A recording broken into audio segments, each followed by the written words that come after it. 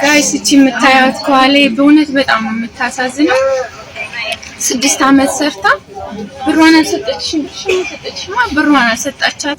አልሰማንም አላየንም እንዳትሉ ይሄን ቪዲዮ እስከመጨረሻው አዳምጡት። ይህች እህታችን 6 አመት መዳም ቤት ስትሰራ የነበረች እህታችን የ6 አመት ደሞዝ ሳይከፈላት ሴትዮዋ አፍና ሪፖርት ላይ ጥላት ትገኛለች ማለት ነው።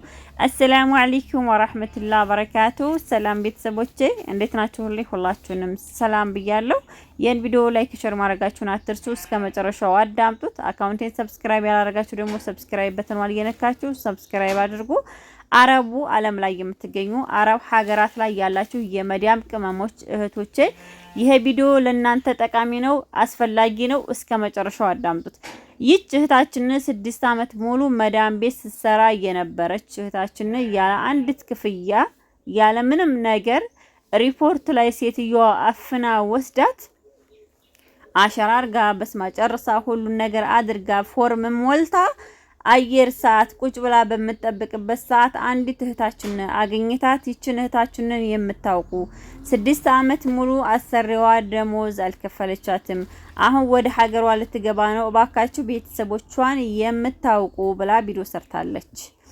ነገር ግን ከእህታችን ጀርባ እኔ ያየሁት በራሲ አይን እንባ ሳይሆን ፈገግታ ነው። ልንገራችሁ፣ አንዲት እህት ደሞዝ የ6 አመት ደሞዝ ሳይከፈላት አይደለም የ6 ወር ደሞዝ ካልተከፈላት፣ ለምን የ6 ቀን ደሞዝ ካልተከፈላት፣ ለምን እሷ ሪፖርት ላይ ገብታ ፎርም ከመሙላት።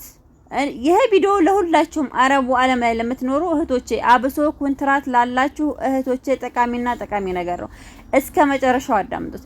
አንዲት ሰራተኛ አረቧ ደሞዝ ሳትከፍል 1 ቀንም ታሰራ 4 አመትም ታሰራ 2 ቀንም 2 ሰዓትም ታሰራ ካልከፈለቻት ምን ማድረግ ነው ያለባችሁ? ሪፖርት ስትገቡ የመጀመሪያው ስትገቡ ሪፖርት ላይ የሀገሪቱን ህግ የሚያስከብር ጠባቂ አለ። እናንተ ደሞዝ አልተሰጣችሁም፣ ደሞዜ አልተሰጠኝም፣ ወደ ሀገር አልሸኝም፣ ደሞዜን ሳልሰጥ ብላችሁ መጮህ አለባችሁ። ቀውጢ ማድረግ አለባችሁ። ለምን? አንደኛ እናንተ የፊርማ ወረቀት ኮንትራት የምትሰሩ የመዳም ቅመሞች የፊርማ ወረቀት ከሌላችሁ ደሞዛችሁ የተሰጠበት ወይንም ደግሞ ደሞዛችሁን ያለመሰጣችሁ የሚያረጋግጥ አሁን ላይ ኮንትራት የሚሰሩ እህቶች ፊርማ ይፈርማሉ። ፊርማ ካልፈረምሽ አረቧ ምንም አይነት ወረቀት አንጥታ ከዚህ ነጭ ወረቀት ላይ ፈርሚ ስትልሽ የምን ፊርማ መሆኑን ሳታረጋግጪ ከመፈረም ተቆጥበሽ ሪፖርት ላይ ወስደ አፍና ጥላሽ ቀጥ ብለሽ ሪፖርት ስትደርሺ እኔ ደሞዜ አልተሰጠኝም፣ ደሞዜ አልተከፈለኝም፣ ስለዚህ ወደ ሀገር የምሸኘው ኢላ ደሞዜ ተከፍሎኝ ነው ብለሽ እዛ ሪፖርት ላይ ቀውጢ ማድረግ አለብሽ። ነገር ግን ቀውጢ ስታረጊ፣ ስትጮሂ፣ ስታለቅሲ ፎርም ጨርሰሽ የበረራ ሰዓት ቁጭ ብለሽ እየጠበቅሽ አይደለም። ገና የበረራ ሰዓትሽ ከመድረሱ ወደ በረራ ቦታ ከመሸኘትሽ በፊት ወንበር ይዘሽ ከመቀመጥሽ በፊት ገና ሪፖርት በሩ ላይ ስትገቢ ነው ማልቀስ ያለብሽ። ምክንያቱም ተስማምተሽ ጨርሰሽ ፊርማ ጨርሰሽ በቃ ልወጣ ነው እሺ ጨርሻለሁ ብለሽ ተሰናብተሽ ፈርመሽ በኋላ ብታለቅሽ ብትይ ምንም ነገር የለውም። ሁለተኛ 6 አመት ሙሉ ሰርታ ደሞዝሽ ሳይከፈልሽ አሁን ቤተሰቦቿን አፈላልጉ። ቤተሰቦቿ እነማን ናቸው? እህቶቿ እነማን ናቸው? ከዛ ላይ ፈገግታ በተሞላበት አንደኛ እህቶቻችንን ያስተምራል እንጂ ለእህቶቻችን እንትን የለውም። አሁን ለመናገር እኔ ግን ሁልጊዜ የምናገረው በችግር አታቦልጩ። የሆነ ችግር ነገር ስላለ አትቀልዱ። በችግር ቀልድ አያስፈልግም። እውነት እህቶቻችን ላይ አሁን ላይ እየደረሰ ያለው ግማሽ ደሞዝ የማይከፈለው፣ ግማሽ እንቅልፍ የማይተኛ፣ ግማሽ ምግብ የማይበላ በጣም ብዙ ነገር እናያለን። እና ያ ነገር ስላለ እናንተ ደግሞ ዛሬ በቃ ይሄን ነገር እንደቀል ያርጋችሁ እንደፈና አርጋችሁ ከሆነ የሰራችሁ ትክክል አይደላችሁ። እንደ ትክክሉ ከሆነ ግን አንቺ ራሱ ሪፖርት ወጣ ለመሄድ ስትዘጋጅ የእውነት ጓደኛ ከሆንሽ የእውነት አሳዝነሽ ከሆነ ቪዲዮ የቀረጽሽው እዛው ሪፖርት ሳትወጪ ጮሂ፣ ደሞዝሽን አልተሰጠኝም ብለሽ አልቅሽ። ለምን አላልሻትም? ይሄ ችግር ነው። አሁን ላይ የመጣ ህጎች አሉ። ምንድነው እሱ? አረብ ሀገር ላይ የሚሰሩ እህቶቼ ደሞዛቸው እስከዛሬ ድረስ በእጅ ነበር የሚሰጠው። ዛሬ ግን ወሯ ሲሞላ አሰሪዋ አካውንት ይከፍትላታል። ቀጥታ ደሞዟ በእጇ ሳይሆን በአካውንት እየተሰጣት ነው። አሁን ላይ እየተሄደ ያለ ወይንም ደግሞ አሁን ላይ እየሄዱ ያሉ ሰራተኞች ያኔ ባለ ደሞዝተኛ ናቸው። ምን ያህል ደሞዝ እንዳላቸው የሀገሪቱ ህግ አስቀምጦላቸዋል። ከዛ ከፊሎቻቸው የሚከፍሉት የተስማሙበት ህግ አለ።